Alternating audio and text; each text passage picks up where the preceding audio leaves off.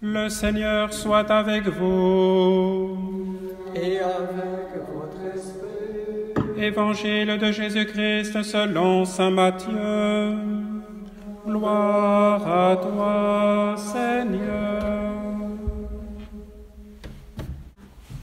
Après le sabbat, à l'heure où commençait à poindre le premier jour de la semaine, Marie-Madeleine et l'autre Marie vinrent pour regarder le sépulcre. Et voilà qu'il y eut un grand tremblement de terre. L'ange du Seigneur descendit du ciel, vint rouler la pierre et s'assit dessus. Il avait l'aspect de l'éclair et son vêtement était blanc comme neige. Les gardes, dans la crainte qu'ils éprouvèrent, se mirent à trembler et devinrent comme morts. L'ange prit la parole et dit aux femmes : « Vous, soyez sans crainte. Je sais que vous cherchez Jésus le crucifié. Il n'est pas ici, car il est ressuscité comme il l'avait dit. Venez voir l'endroit où il reposait.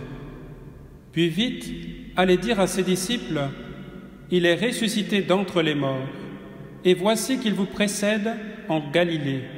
Là, vous le verrez. Voilà ce que j'avais à vous dire. » Vite, elles quittèrent le tombeau, remplies à la fois de crainte et d'une grande joie. Et elles coururent porter la nouvelle à ses disciples. Et voici que Jésus vint à leur rencontre et leur dit : « Je vous salue. » Elles s'approchèrent, lui saisirent les pieds et se prosternèrent devant lui.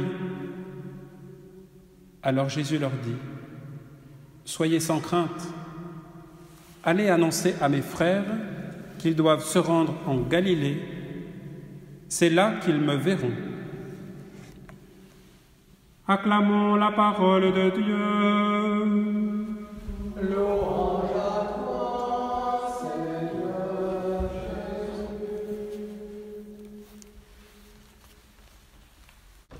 C'est à vous, chers paroissiens, que je m'adresse ce soir, amis, frères et sœurs. C'est à vous que je parle ce soir, même si la nef de cette église de Saint-Saturnin est quasiment vide. 450 chaises, vides, dans le noir. Il n'y a que la lumière du cierge pascal qui éclaire un peu l'espace. Chers amis, vous n'êtes pas présents corporellement, physiquement, et vous nous manquez. Et vous l'avez dit, nous vous manquons. Mais nous sommes présents les uns aux autres par le cœur, par l'esprit, par la foi, l'amour et l'espérance. Je sais que beaucoup d'entre vous, en ce moment même, vous vivez la veillée pascale d'une manière ou d'une autre, et de toute façon, à travers les murs, en communion avec nous. Est-ce qu'il faut prêcher ce soir ? Nous recevons tous en ce moment beaucoup d'images, des mots, des vidéos, des poèmes. Beaucoup sont de qualité, beaucoup sont même spirituels, pas forcément religieux, mais spirituels au sens qu'ils nous mettent en mouvement. Ils nous donnent du souffle, et c'est bien le cas de le dire en ce moment. Des mots que nous partageons, qui nous donnent, qui nous redonnent vie. Est-ce qu'il est donc nécessaire de prêcher ce soir ? Quand même, peut-être, me semble-t-il, faire écho un instant à la parole très riche que nous venons d'entendre, mais aussi en écho à tout ce que nous vivons, tout ce que nous recevons, tout ce que nous échangeons. Et puis je ne suis pas tout à fait seul, puisque nous sommes 4 dans cette église. Je salue particulièrement Justine. Justine, vous avez été baptisée dans cette église, hein ? 4 ans, voilà. Alors c'est tout un symbole d'être là ce soir. Vous représentez physiquement, corporellement, tous les chrétiens de nos gens et peut-être d'ailleurs. Et c'est symbolique parce que votre travail, c'est d'ouvrir l'église le matin. On a commencé tout à l'heure devant la porte. C'est de fermer l'église le soir et c'est d'assurer un lieu accueillant et propre. Alors c'est tout un signe que vous soyez là ce soir. Merci d'être avec nous et de représenter les fidèles du Christ. Et puis il y a mes frères dans la foi et dans le sacerdoce, Jérémie et Aurélien, depuis 2019, il n'y a même pas un an, pour Aurélien, 2008, Jérémie, et moi-même depuis 2001. Nous faisons partie de cet ordre des prêtres, des pasteurs, nous sommes collaborateurs de l'évêque. Nous faisons partie d'un même ordre, et quelque part, l'épreuve que nous vivons ensemble soude, je pense que vous le diriez comme moi, Jérémie et Aurélien, soude la fraternité que nous avons à vivre pour être des témoins du ressuscité. On a entendu le mot « frère » sur les lèvres de Jésus, qui est venu à la rencontre des femmes. Et nous avons une pensée particulière pour celui avec lequel nous sommes en mission, qui nous envoie en mission, qui nous confie la mission, notre évêque, qui est à l'hôpital ce soir encore, qui va mieux, mais qui est à l'hôpital et qui vit d'une manière toute spéciale, pas très loin de la cathédrale, cette veillée pascale. De même que la mort, parfois si douloureuse, fait goûter la vie, ou le vide fait goûter davantage la saveur du plein, on peut le dire, même si on ne peut pas s'en réjouir totalement, que cette Semaine Sainte, ces offices ici et ces offices chez vous aussi, nous redisent quelque chose de profond, de la bonne nouvelle de l'Évangile, de la foi au Christ, de l'amour de Dieu. Je tiens à rendre grâce, y compris dans cette homélie, voilà, c'est un lieu de parole forte, rendre grâce particulièrement avec Aurélien et Jérémie pour cette fraternité que nous vivons, pour qu'elle soit encore davantage un signe d'évangile. Peut-être en fonction du contexte particulier 2020 dans lequel nous célébrons cette Pâque du Seigneur, un premier élément m'a marqué, j'en ai retenu 3. Un premier, voilà, c'est que la foi demeure toujours de l'ordre du choix et de l'ordre de la décision. Le tombeau est vide et ouvert, Jésus est vivant, ce n'est pas de l'ordre de l'évidence. La vie plus forte que la mort, en ces jours particulièrement, ce n'est pas évident. Et pour beaucoup de nos contemporains, c'est plutôt le contraire qui est évident. L'amour plus fort que tout, ce n'est pas non plus évident. Et nous sommes un certain nombre à rester prudents, même si nous nous réjouissons de ce que l'on peut entendre dire, que cette crise va créer quelque chose de nouveau, qu'il y aura un après et un avant. Espérons-le, rêvons même. La foi nous incite quand même, paradoxalement, à garder les pieds sur terre. L'humain reste l'humain. La foi est un choix, la foi est une décision. Et ce n'est jamais acquis définitivement. Rappelons-nous ces magnifiques paroles du pape François, il y a quelques jours, le 27 mars au soir, quand il nous a fait méditer l'évangile de la tempête apaisée. Vous n'avez pas encore la foi? La réaction des disciples, elle était tout à fait normale dans ce bateau. Elle était naturelle. Or, la foi a quelque chose de surnaturel, au-delà de ce que l'on maîtrise, au-delà de ce qu'on calcule, au-delà de nos idées. Voilà. Devant les joies que nous avons à vivre, et nous en vivons un certain nombre de belles ces jours-ci, et devant toutes les épreuves, et Dieu sait si il y a des épreuves aujourd'hui, toutes ces personnes qui souffrent, et nous en faisons partie d'une manière ou d'une autre, elles sont là, dans notre cœur, ce soir. Et bien devant ces joies et ces peines, nous avons toujours à nous décider à croire, à faire le pas de la foi, croire que Jésus est vivant, que Jésus est présent, que Jésus est vivifiant. Et vous savez bien que parfois, notre acte de foi est fragile, on le ressent, il ne faut pas trop vite se scandaliser de cela, pas trop vite non plus se scandaliser de, voilà, l'autre qui dit « je ne crois pas » ou « je crois autrement ». La foi est un acte complexe. Réfléchissons ces jours-ci sur cet acte de foi en Jésus ressuscité, la vie plus forte que la mort, l'amour plus grand que tout.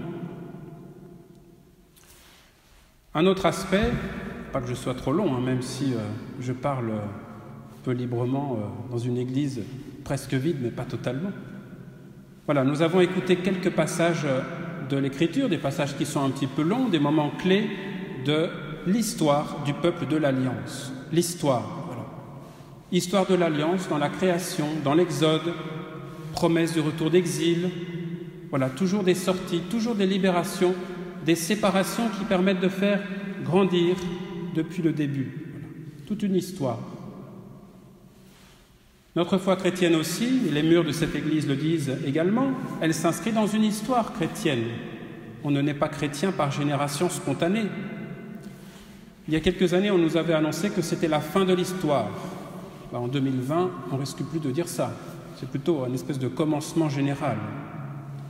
Et puis, il y a notre histoire personnelle, unique, précieuse. Ce soir, hélas, nous ne pouvons pas célébrer les baptêmes d'Aline ou la première communion de Christine. Nous pensons à Lisa qui aurait dû être baptisée ailleurs, dans une autre église. Le catéchumène, au fur et à mesure de son cheminement, laisse le Christ éclairer son histoire et goûter comment son histoire est une histoire d'alliance, une histoire de lumière. Nous sommes disciples de Jésus ressuscité qui vient transfigurer l'histoire, qui vient nous donner les éléments pour vivre cette histoire avec un certain sens, une certaine signification, y compris toutes nos épreuves, toutes nos tempêtes. Ce soir particulièrement, je nous invite à présenter au Seigneur l'histoire de notre peuple, peuple de Dieu, de ce peuple aussi que nous sommes en France, notre histoire personnelle, d'exposer cette histoire, toutes ces formes d'histoire à la lumière de Jésus le ressuscité. Jeudi soir, le pape proposait aux prêtres de se laisser laver les pieds par Jésus. Laissons-nous laver les pieds par Jésus. Eh bien, ce soir, dans la nuit très sainte, exposons nos histoires, notre histoire, avec les joies, avec les aspérités, à la bonne nouvelle du tombeau ouvert, à la bonne nouvelle de Jésus qui est plus fort que la mort, à la bonne nouvelle de Jésus qui envoie en mission, qui appelle en Galilée. Et je fais le lien avec un dernier mot aussi qui m'a frappé dans la parole ce soir. Ça passe presque inaperçu dans la lettre de Saint Paul. Saint Paul emploie cette expression « vie nouvelle ». La vie nouvelle. On parle beaucoup de la vie aujourd'hui puisqu'elle est attaquée par un virus. Mais cette vie qui est attaquée, c'est la vie biologique. Ça fait partie pleinement de la vie, y compris de la vie en Christ. Mais ce n'est pas le tout de la vie. Ça en est un support puissant, nécessaire. Et quand il vient à se dérober si tragiquement chez beaucoup de nos contemporains, la vie profonde devient difficile, voire impossible sur cette terre. La vie, la foi au Christ ressuscité, nous sommes heureux de pouvoir la célébrer d'habitude ensemble, physiquement, mais nous sommes de toute façon dans la joie de la célébrer en cette fête de Pâques.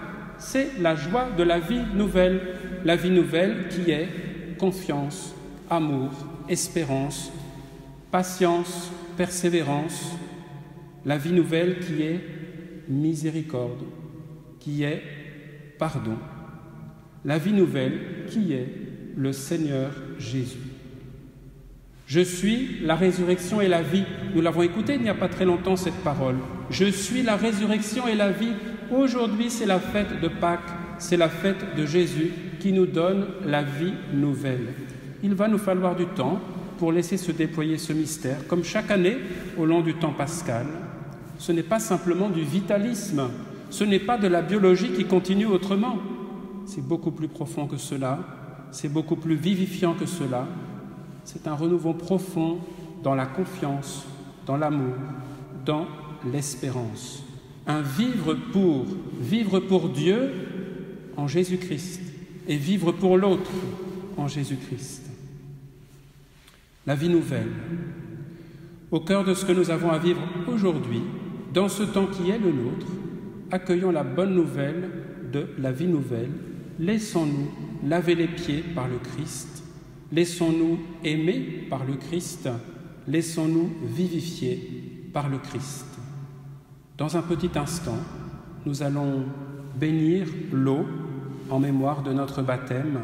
Eh bien, recevons de près ou de loin cette bénédiction pour être renouvelés dans le don de la foi et les promesses de notre baptême. Bonne Pâques à nous tous, joyeuse Pâques à nous tous, là où nous sommes, avec ce que nous sommes. Amen.